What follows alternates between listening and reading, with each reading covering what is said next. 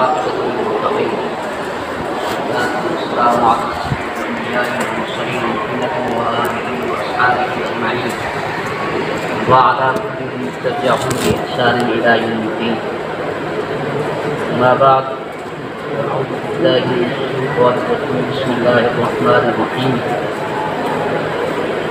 يا أيها الناس إن وعد الله حق فلا تغرنكم الحياة الدنيا ولا يغرنكم بالله الغرور. وقال الله تبارك وتعالى: بل تؤثرون الحياة الدنيا والآخرة خير وأبقى إن هذا لفي الصحف الأولى صحف إبراهيم وموسى. قال النبي صلى الله عليه وسلم: الدنيا رأس كل خطيئة. وقال النبي صلى الله عليه وسلم في دعائه: اللهم إنا نعوذ بك من الفتن ما ظهر منها وما بطن. صدق الله مولانا العلي العظيم، صدق رسوله النبي الأمي الكريم. نبی کریم سرور دو عالم صلی اللہ علیہ وسلم نے قیامت سے پہلے جن فتنوں کی نشاندہی فرمائی ہے، ان فتنوں میں بہت بڑا عظیم فتنہ دنیا کی محبت کا ہے.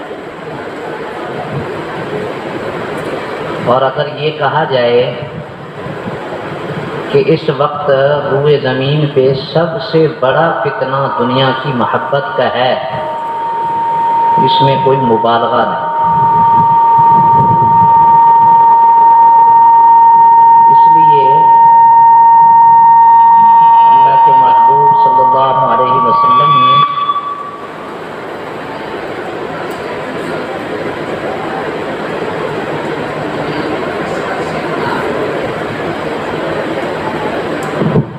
اور آپ صلی اللہ علیہ وسلم نے ارشاد فرمایا کہ دنیا کی محبت ہر گناہ کی جڑ ہے. اگر غور کریں تو اس وقت پوری دنیا میں جتنے بھی گناہ ہو رہے ہیں، جہاں جہاں اللہ کی نافرمانی ہو رہی ہے، معصیت ہو رہی ہے، اس کے پیچھے یہی دنیا کی محبت کار فرما ہے.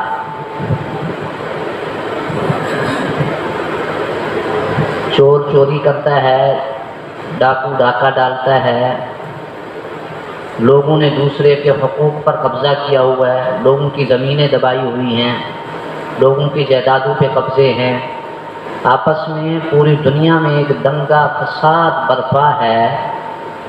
اس کے پیچھے اصل جو جڑ ہے، جو اصل بنیاد ہے، وہ حب دنیا ہے، دنیا کی محبت.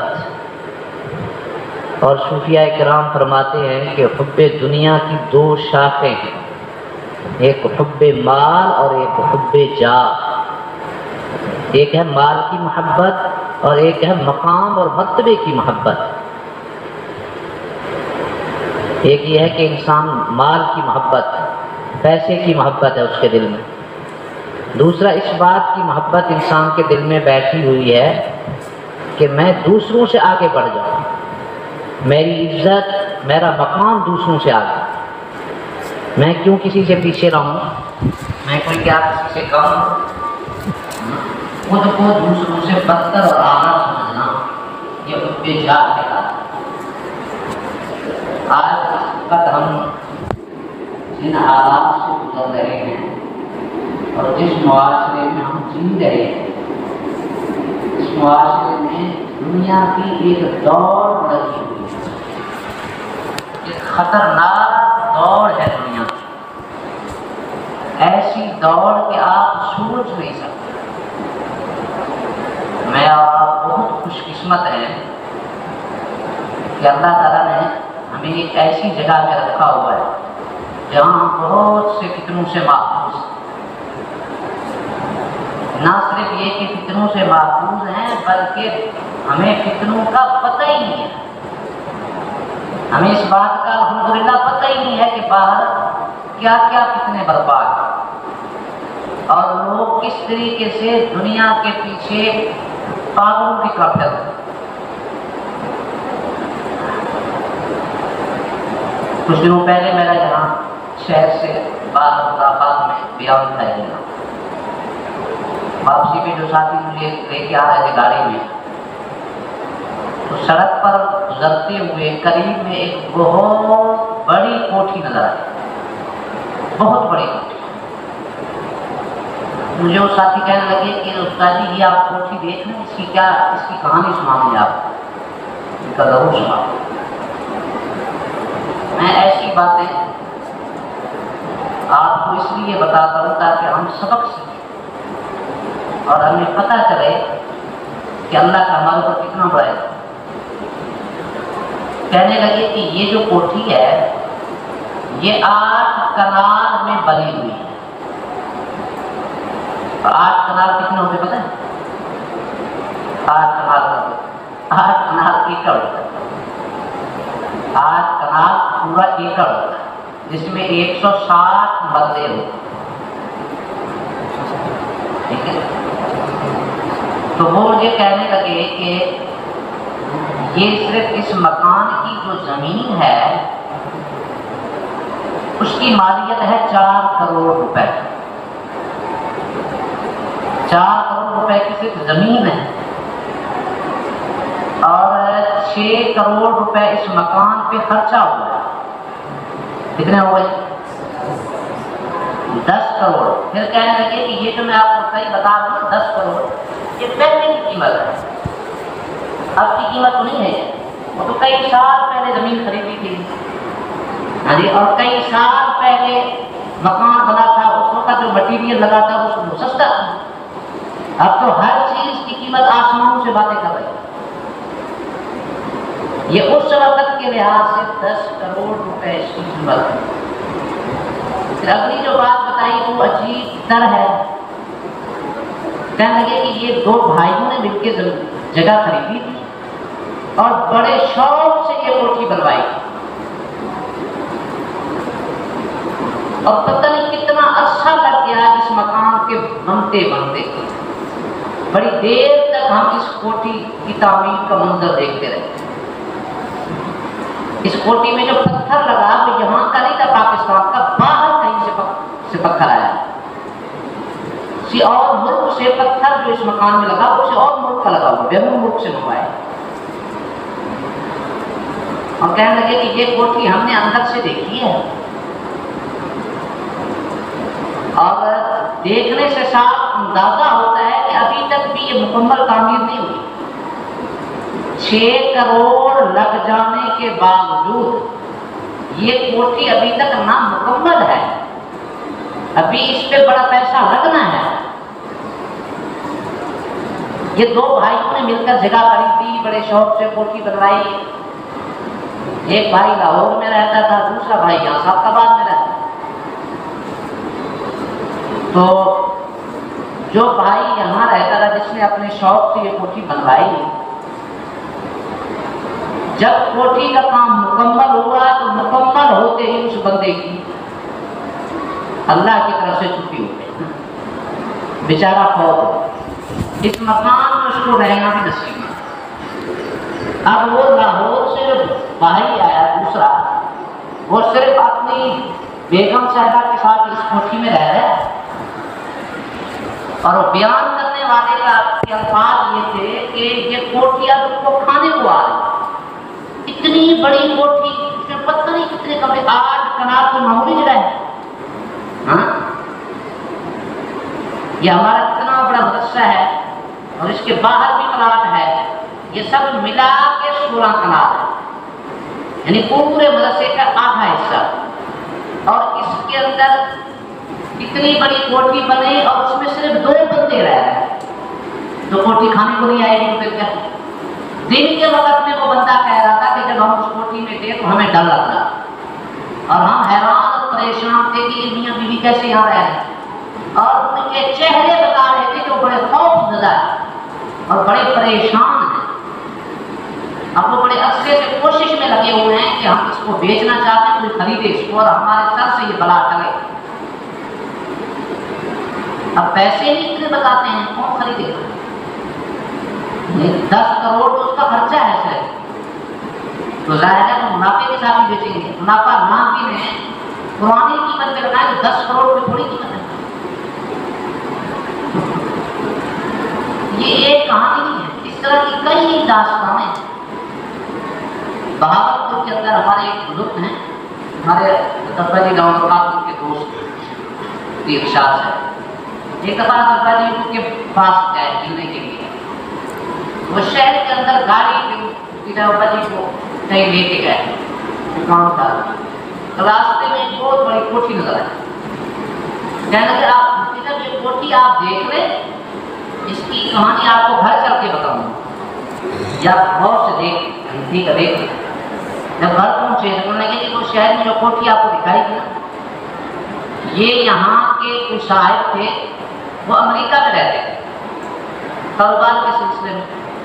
دیکھیں کتنی بدقسمتی ہے، لوگوں کا پیٹ یہاں سے نہیں بھرتا، پیسہ کمانے کے لیے امریکہ جاتا، جاپان، فرانس، برطانیہ، پیٹ نہیں بھرتا.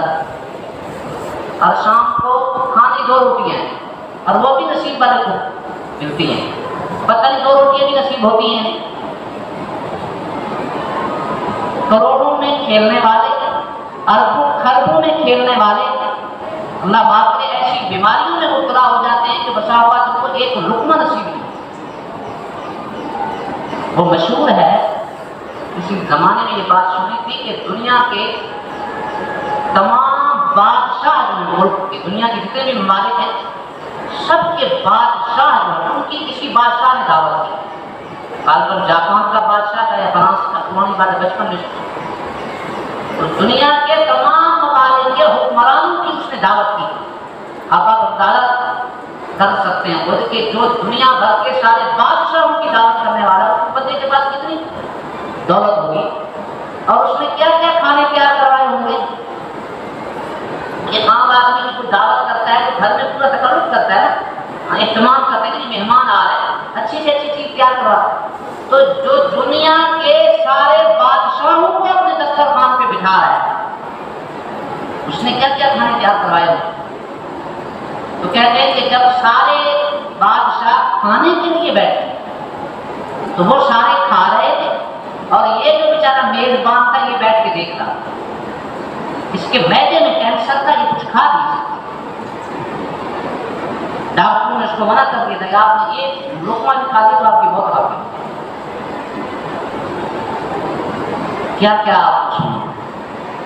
ہمارے یہاں علاقے کے اندر بہت بڑا باغ، آم کا بہت بڑا باغ مجھے ایک ساتھی نے دکھایا ہمارے ضلع میں.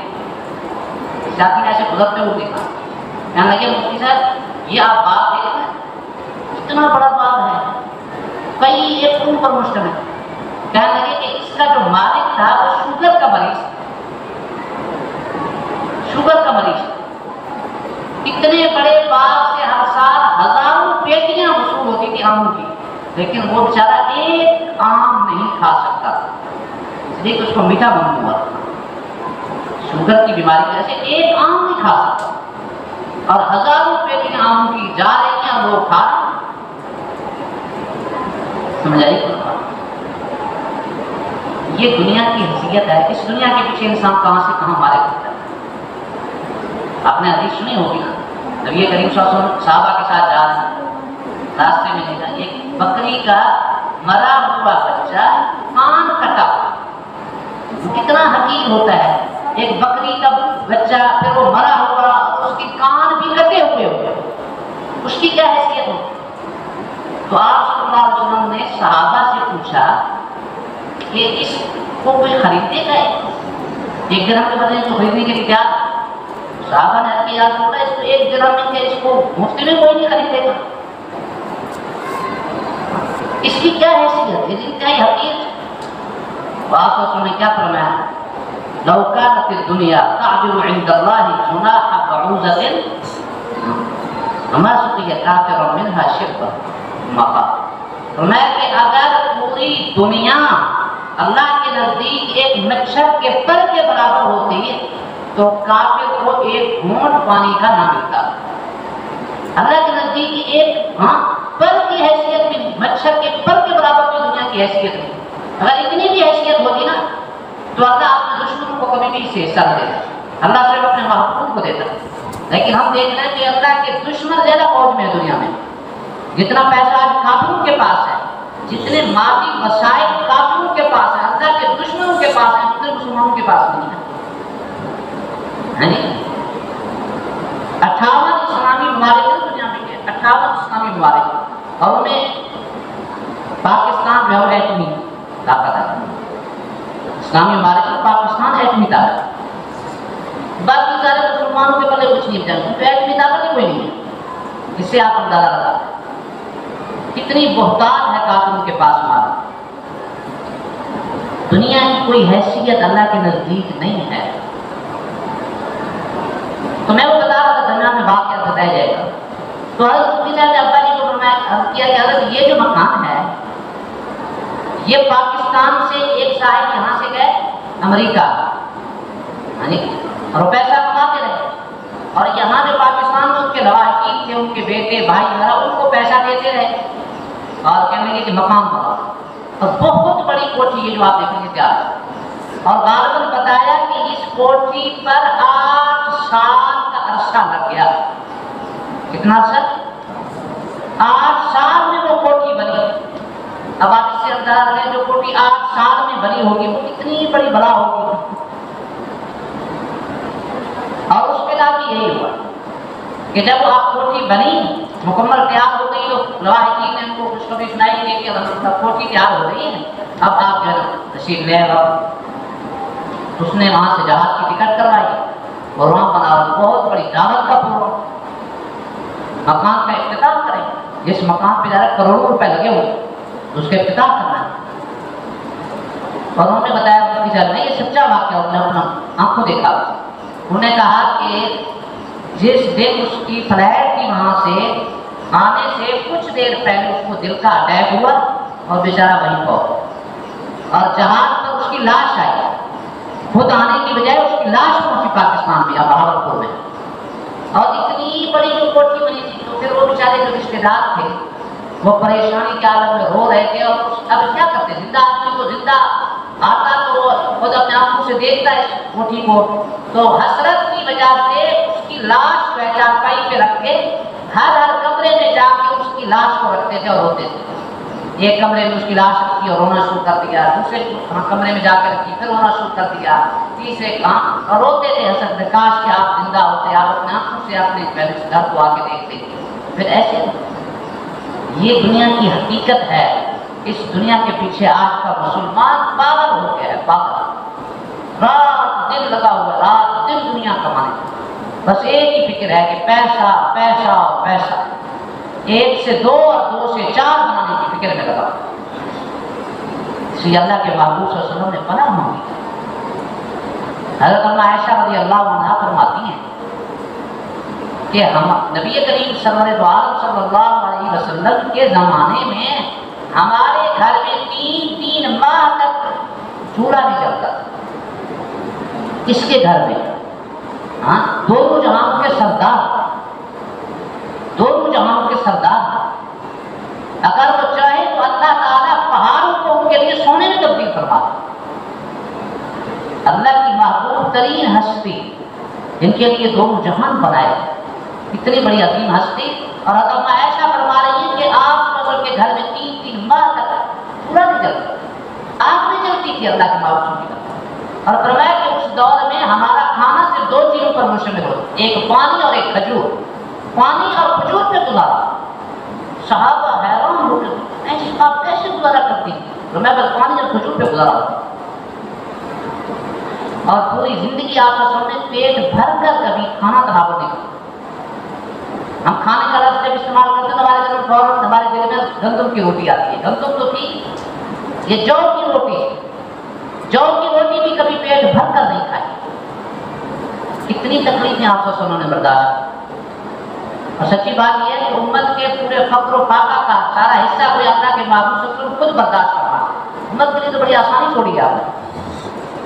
حضرت عائشہ فرماتی ہیں کہ ہمارے پاس کہیں سے ایک چھینٹ کا کپڑا آ گیا.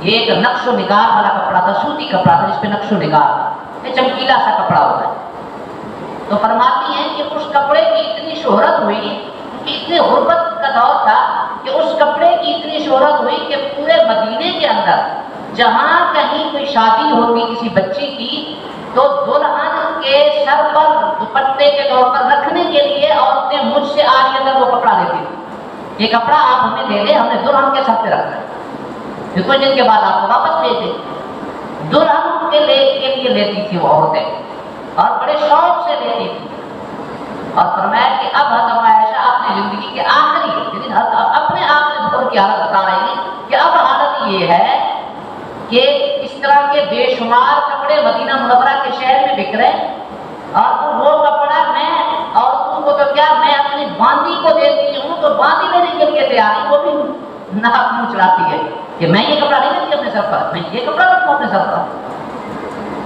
پہلے اتنی حالت تھی کہ عورتیں دلہن کے سر پر لینے کے لیے آ رہی ہے تو لے کے جاتی، اب وہ وقت کی باندی لینے کے لیے سر پہ تیار ہے۔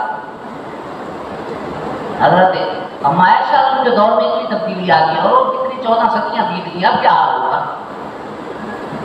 حضرت ابو عبیدہ بن جراح رضی اللہ عنہ کو نبی کریم صلی اللہ علیہ وسلم نے بحرین کے علاقے کا گورنر مقرر کیا، اور آج کے دور میں بڑی غربت مدینہ منورہ میں صحابہ کے پاس کچھ نہیں ہوتا تھا، تو آپ صلی اللہ علیہ وسلم کو مقرر فرمایا کہ اس علاقے کے اندر جتنے کفار ہیں اسے جزیہ اور ٹیکس وصول کرنا، وہ سارا لے کر مدینہ منورہ میں حاضر ہوتے تھے وقتاً فوقتاً۔ تو ایک دفعہ وہ رات کے وقت میں پہنچے تو کافی سامان بھی لے کر آئے، انصار صحابہ کو پتہ چل گیا اور بڑی غربت کی، تو فجر کی نماز کے اندر بعض غربا صحابہ جو تھے غریب انتہائی غریب تھے وہ آپ صلی اللہ علیہ وسلم کی خدمت میں حاضر ہوئے، منہ سے تو کچھ نہ کہا شرم سے کہ ہمیں دیتے، جب آپ صلی اللہ علیہ وسلم گھر سے فارغ ہو کر اپنے گھر کی طرف جانے لگے مسجد سے فارغ ہو کر نماز سے فارغ ہو کر، صبح صحابہ اکرام آپ سن کے آگے آ گئے، سامنے آ کر آپ صلی کو دیکھ کے مسکرائے اور فرمایا کہ لگتا ہے تمہیں پتہ چل گیا ہے کہ ابو عبیدہ کچھ لے کر آئے۔ نر کے یا رسول اللہ، تو آپ صلی اللہ علیہ وسلم نے پہلے تو اس کو خوشخبری سنائی کہ وہ مال تمہیں مل جائے گا بیچ کے رہو، کیونکہ آپ صلی اللہ علیہ وسلم کا یہ معمول تھا کہ وہ جو ہمارے غنیمت میں جو ملتا تھا یا جزیہ ٹیکس پہ جو طور پر جو ملتا تھا صحابہ میں تقسیم فرماتے، لیکن اس کے بعد آپ صلی اللہ علیہ وسلم بڑے فکر مند ہوئے کہ صحابہ اکرام کا اس طریقے سے دل میں یعنی یہ تما رکھنا، اس بات کا انتظار کرنا کہ یہ مال ہمیں مل جائے اور اس مقصد سے اللہ کے محبوب صلی اللہ علیہ وسلم کے سامنے آنا، یہ حضور صلی اللہ علیہ وسلم کو ناگوار تھا۔ تو آپ صلی اللہ علیہ وسلم نے قسم کھا کے فرمایا فواللہ ما الفقر اخشى علیکم ولکنی اخشى علیکم ان تبسط الدنیا کما بسطت علی ما کان من کان قبلکم، فرمایا کہ اللہ کی قسم مجھے تمہارے اوپر فقر کا کوئی ڈر نہیں، مجھے کوئی خطرہ نہیں ہے کہ تم فقر و فاقہ میں مبتلا ہو جاؤ گے، بھوکے مر جاؤ گے، اس کا ڈر نہیں، لیکن مجھے صرف اس بات کا ڈر ہے کہ پہلی امتوں کی طرح تمہارے اوپر دنیا کی فراوانی ہو جائے اور دنیا اتنی تمہارے پاس آ جائے گی جیسے پہلی امتیں دنیا مال کے زیادہ ہونے کی وجہ سے ہلاک ہوئی تو تم اس طرح ہلاک نہ ہو جاؤ گے، مجھے یہ ڈر ہے۔ تو صحابہ اکرام اس طرح کے ارشادات سن کر حیران ہوتے تھے کہ آپ سنیے کیا ارشاد کرنا، ہمارے اوپر بھی پیسہ اتنا ہے۔ ایک دفعہ آپ نے فرمایا کہ ایک وقت آئے گا تمہارا کیا حال ہوگا ہے صحابہ جب تم قالین پر بیٹھو گے، تو صحابہ اکرام حیران ہو کر یا سنو قالین، ہمارے پاس حال یہ ہے کہ ہمیں جو چٹائی ہے کھجور کے پتوں کی بنی ہوئی چٹائی کو اوپر چٹائی نصیب کی اس کے اوپر ہم بیٹھ سکیں اور ہمیں قالین ملیں گے، تو فرمایا کہ ہاں ایک وقت آئے گا تمہارے پاس قالین ہوں گے۔ شام کے علاقے سے ایک دفعہ کچھ کپڑے آئے، وہ خاص قسم کے کپڑے تھے، جب وہ کپڑے رکھے گئے تو صحابہ اکرام بار بار غور سے آ کے ان کو دیکھ رہے تھے، ہاتھ لگا لگا دیکھو خاص قسم کا کپڑا ہے نا، تو عادت میں یہ بھی بندہ غور سے دیکھتا ہے بار بار بھی کس طرح کا کپڑا ہے، آپ نے جب ان کو غور سے دیکھا کہ بڑے تعجب سے صحابہ اکرام دیکھنا، تو آپ کے دل میں یہ بات آئی کہ کہیں صحابہ کے دل میں دنیا کی محبت نہ آئے، تو آپ نے عجیب جملہ ارشاد فرمایا منادیل صعب بن معاذ رضی اللہ عنہ فی الجنہ افضل من ھذا، تم ان کو دیکھ کے حیران ہو رہے ہیں، یہ شام سے آئے ہوئے کپڑے بڑے خاص قسم کے کپڑے ہیں، اور جنت کے اندر حضرت صعب بن معاذ کو جو رومال ملے گا وہ اس سے کہیں افضل، یہ بطور مثال کے فرمایا، سارے صحابہ کو ملیں گے سارے جنتی ہوں کو، لیکن ان کو ترغیب دلانے کے لیے فرمایا کہ میرے ایک صحابی صعب بن معاذ کو جنت کے اندر جو رومال ملنے والے ہیں ان سے کہیں افضل، تم ان کو دیکھ کے حیران ہو رہے، یہ کیا تربیت فرمائی آپ نے، صحابہ کے دل سے دنیا کی محبت نکالی،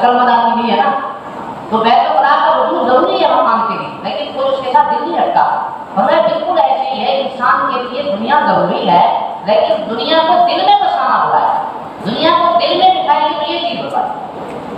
دنیا سے ایسے گزرتے ہیں کہ دنیا میں ہوں، دنیا کا طلبگار نہیں، بازار سے گزرا ہوں خریدار نہیں۔ خواجہ صاحب فرماتے ہیں دنیا میں ہوں، دنیا کا طلبگار نہیں، بازار سے گزرا ہوں خریدار نہیں۔ اس طریقے سے دنیا سے گزرتے ہیں۔ صحابہ کرام دنیا سے گزرنے ضرورت پوری کی ہے، لیکن دنیا کے اندر اپنا دل نہیں لگا، دنیا کے اندر نہیں لگا۔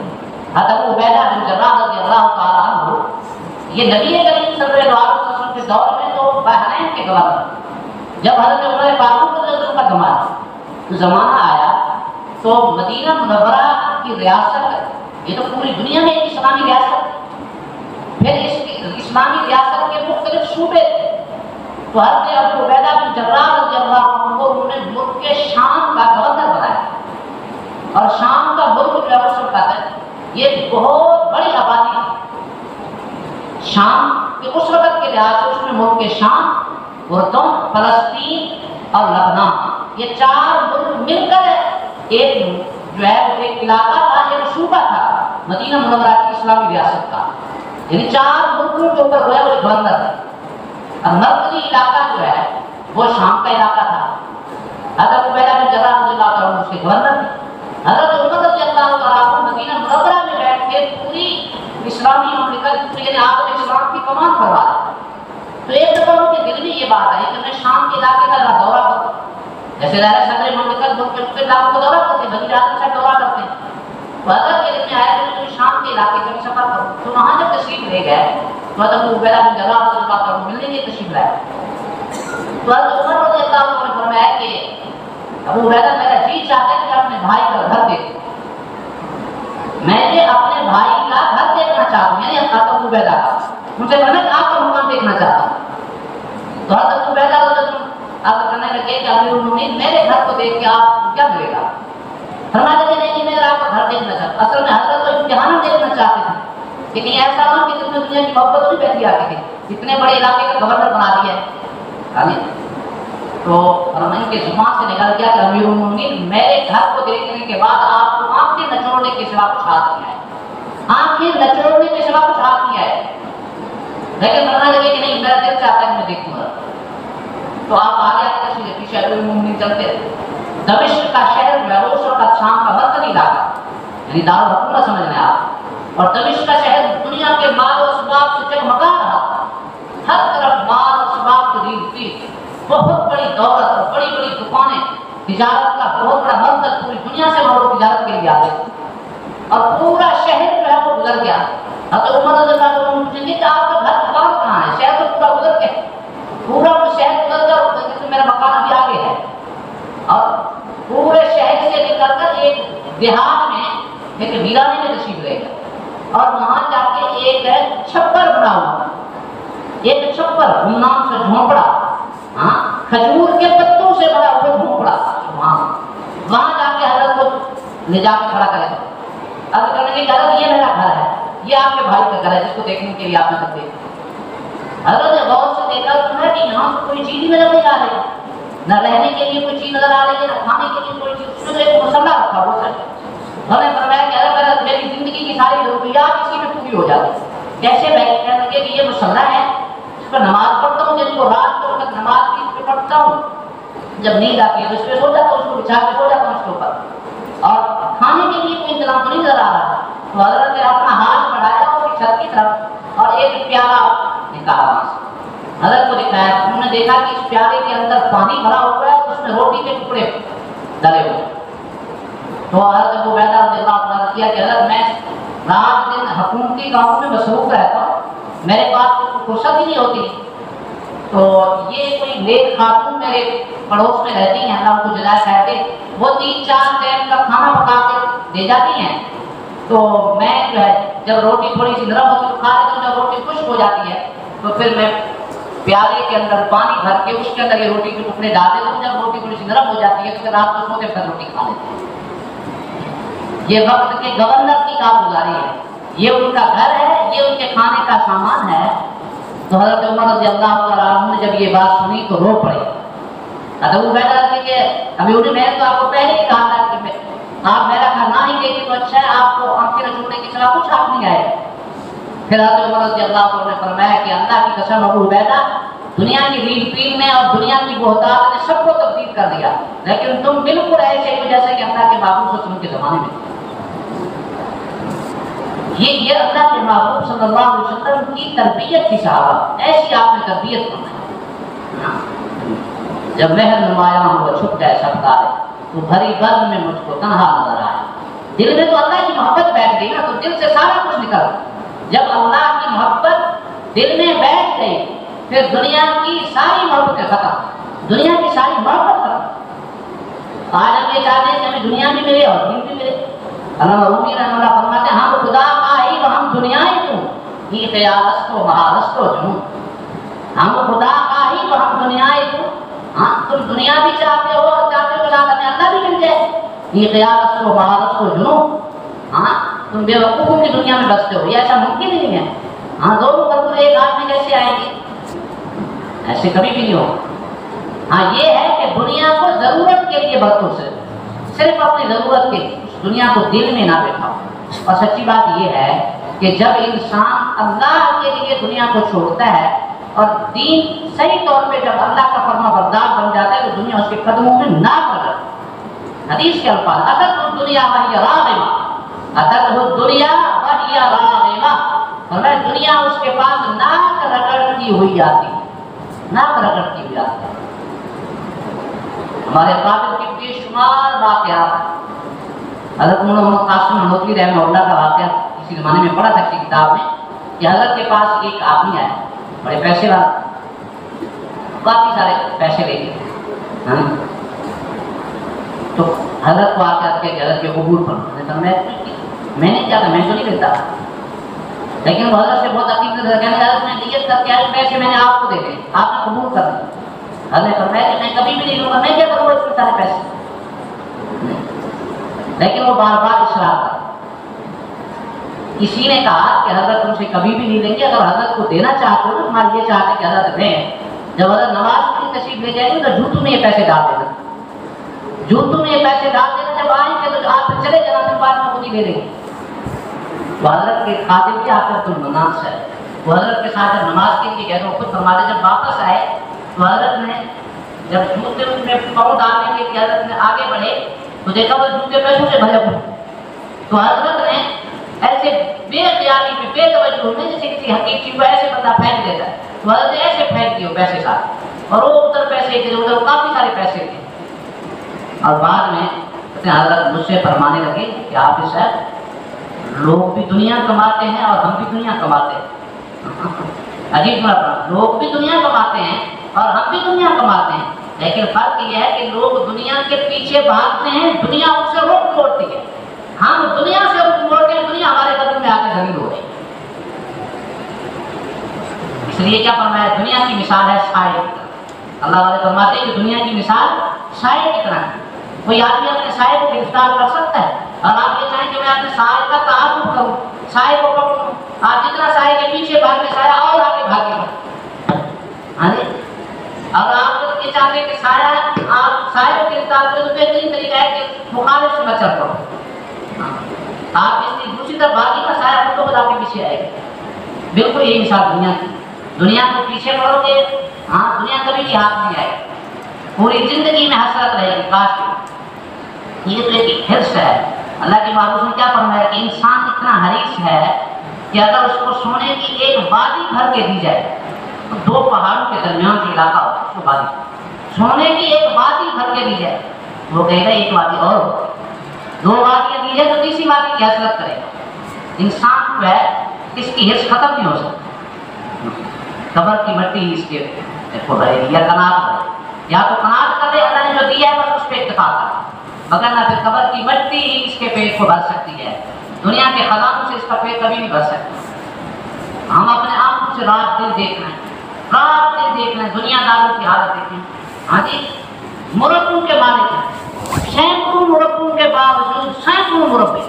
ہاں جی، اور کتنے باغات اور کتنی گاڑیاں اور کتنے بنگلے اور کتنی کوٹھیاں، ہاں جی، اور رات دن پیسے کی بارش، اس کے باوجود ہاں ان کے دل سے دنیا کی حرص نہیں ختم ہوئی۔ حضرت ابا جی کا قادم کو ہمارے شہر کے ایک دیندار آدمی نے بتایا، اللہ نے کو بڑا پیسہ دیا تھا، تنہائی میں کہنے لگے مفتی صاحب سچی بات یہ ہے اللہ نے ہمیں اتنا دے رکھا ہے، اتنا دے رکھا ہے کہ ہماری 3 پشتیں بیٹھ کے آرام سے کھا سکتی ہیں، 3 پشتیں آرام سے بیٹھ کے کھا سکتی ہیں، ہم کچھ بھی نہ کمائیں نا، بیٹھ جائے، ہاں جی، میں بھی، میری اولاد بھی، اور میری آگے اولاد کی اولاد، 3 پشتیں ہم 1 روپیہ بھی نہ کمائیں، 3 پشتیں آرام سے بیٹھ کے کھا سکتی ہیں۔ لیکن سچی بات یہ ہے کہ کیا کریں، دنیا کی حرص نہیں ختم ہوتی۔ یہ دنیا کی حرص ہے، یہ جان نہیں چھوڑتی۔ حرص کہاں ختم ہوتی؟ حرص ختم کرنے کا ایک ہی طریقہ ہے، اس دنیا کو دل سے نکال دو بس۔